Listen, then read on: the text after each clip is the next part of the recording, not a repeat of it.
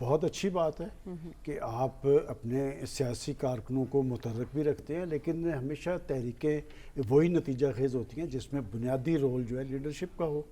آپ نے عمر چیمہ صاحب کا نام لیا، میں ہمیشہ عمر چیمہ کی اس لیے تعریف کرتا ہوں کہ جب آج جو عمران خان صاحب کے ارد گرد ہے، یہ جب سب نہیں ہوتے تھے تو اس وقت عمر چیمہ ہوتا تھا، اور دیکھیں نا وہ پولیٹیکل ورکر ہے، اس نے کہا کہ میں رضاکارانہ سب سے پہلے گرفتاری دوں گا۔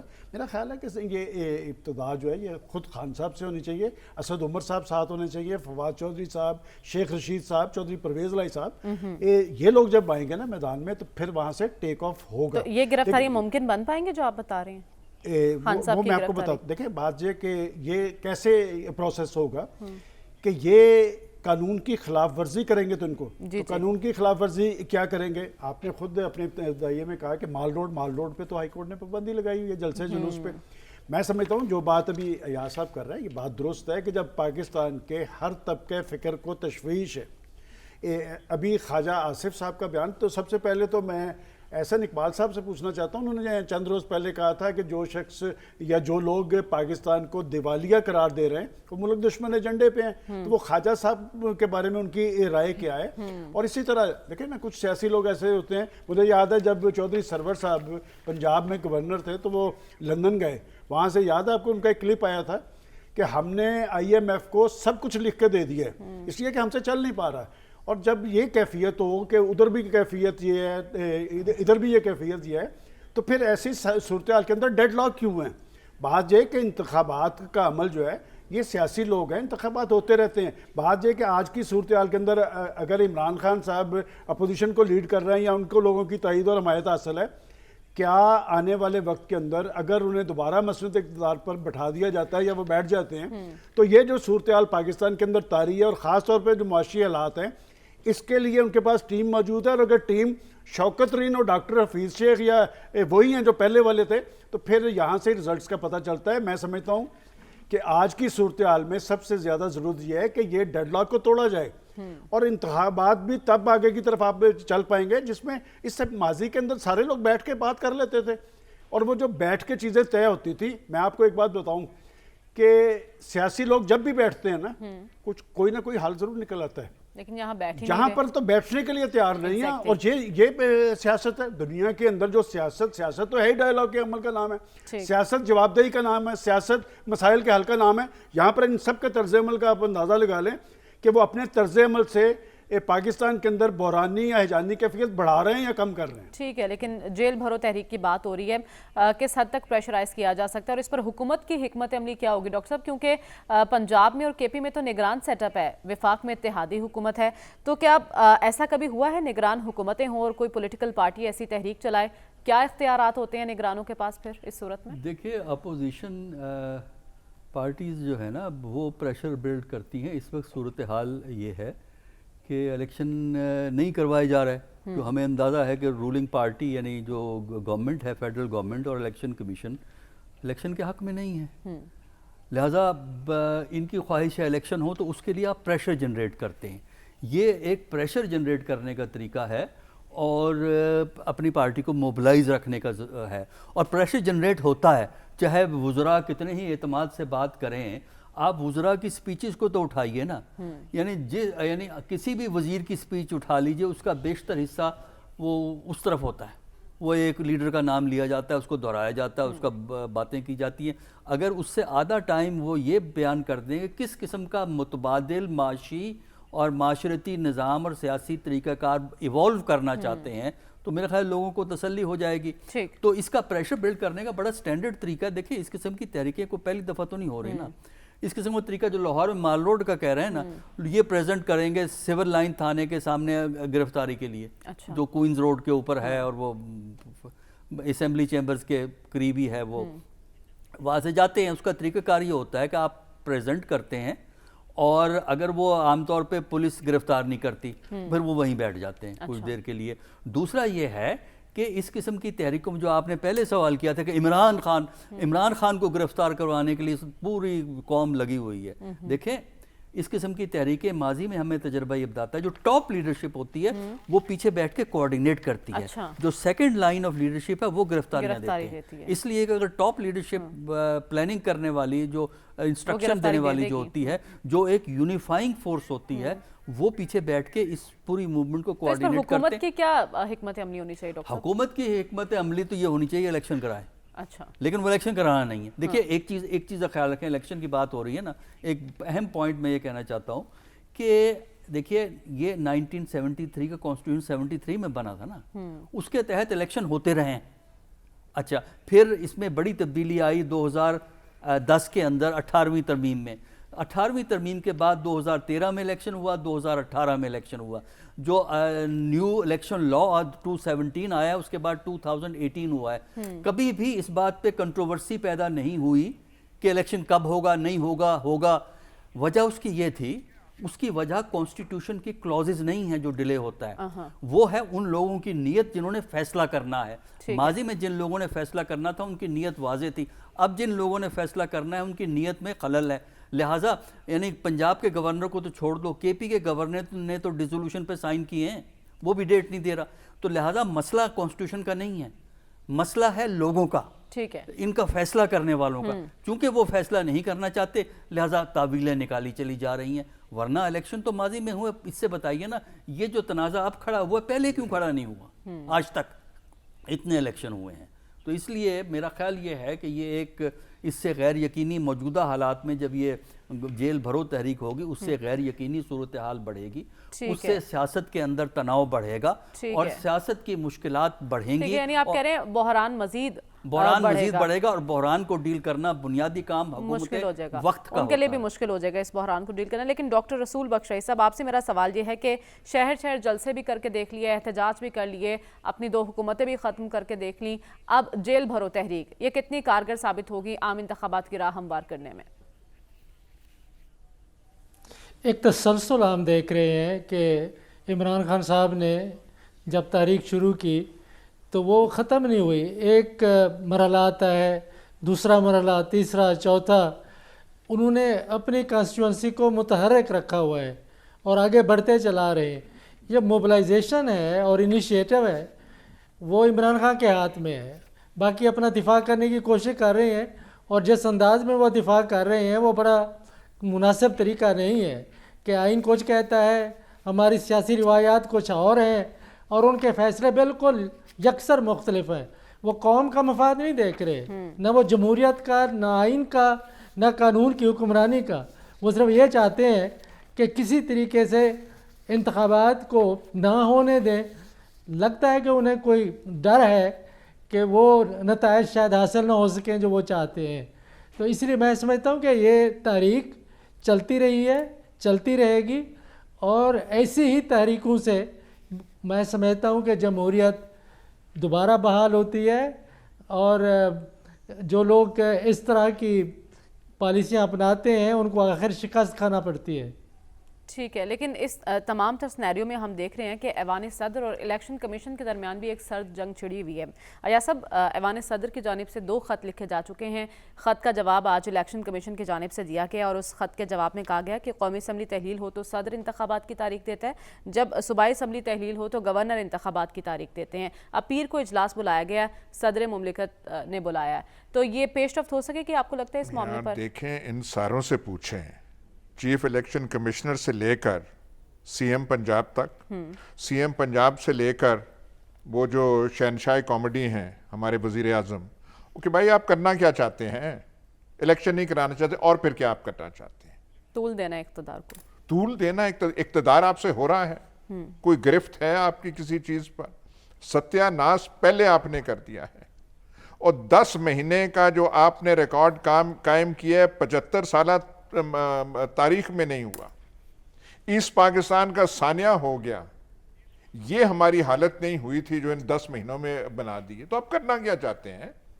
ڈر ہے نا آپ کو؟ یہ جو بائی الیکشن ہو رہی ہیں قومی اسمبلی کی، نون لیگ کو اپنے کینڈیڈیٹ کھڑے کر رہا ہے۔ لاہور میں، پنجاب میں نون لیگ کا کوئی کینڈیڈیٹ نہیں ہوگا۔ کیوں؟ وہ ڈر رہے ہیں۔ یہ جو سمجھتے تھے کہ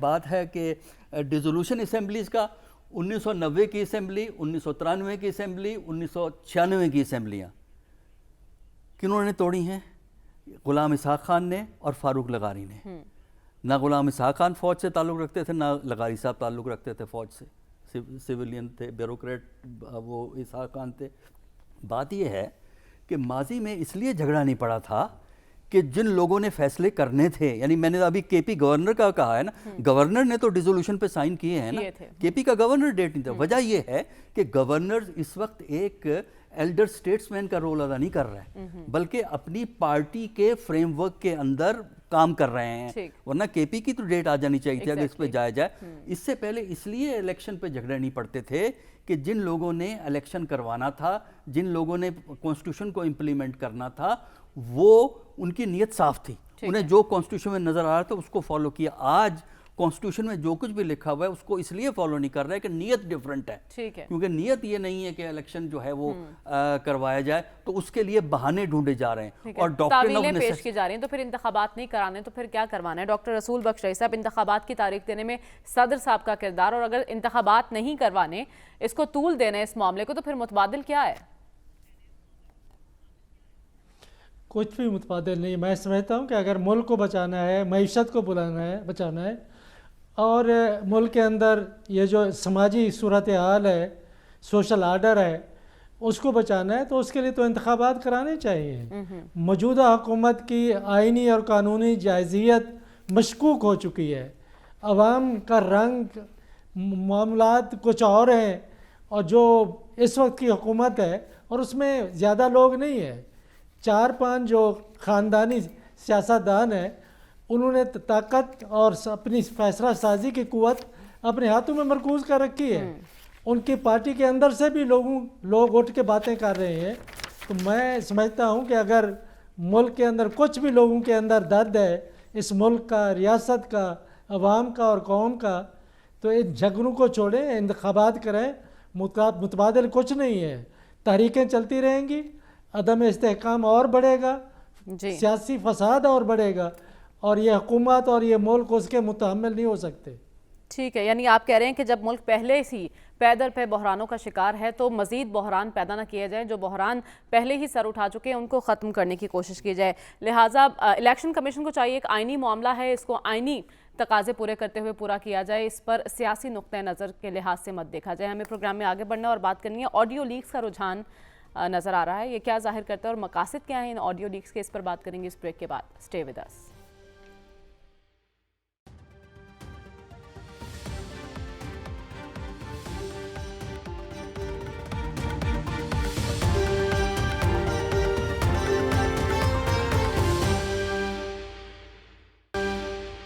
ویلکم بیک ناظرین۔ ڈاکٹر یاسمین راشد صاحبہ اور غلام محمود ڈوگر صاحب کی ایک مبینہ آڈیو سامنے آئی ہے، جس کے رد عمل میں ڈاکٹر یاسمین راشد نے عدالت جانے کا فیصلہ کیا۔ ان کا کہنا ہے کہ پرائیویسی ایکٹ کے تحت اس معاملے کو چیلنج کریں گے، لیکن ہمارا سوال یہ ہے کہ اچانک ایک بار پھر ایاز صاحب، یہ آڈیو لیکس کا جو ہے موسم واپس آ گیا ہے، کیا مقاصد ہیں ان لیکس کے جاری ہونے کے، اور اس کی ٹائمنگ کو آپ کس طرح سے دیکھ رہے ہیں؟ یہ موسم واپس نہیں آیا ہے، یہ موسم ہمیشہ رہتا ہے۔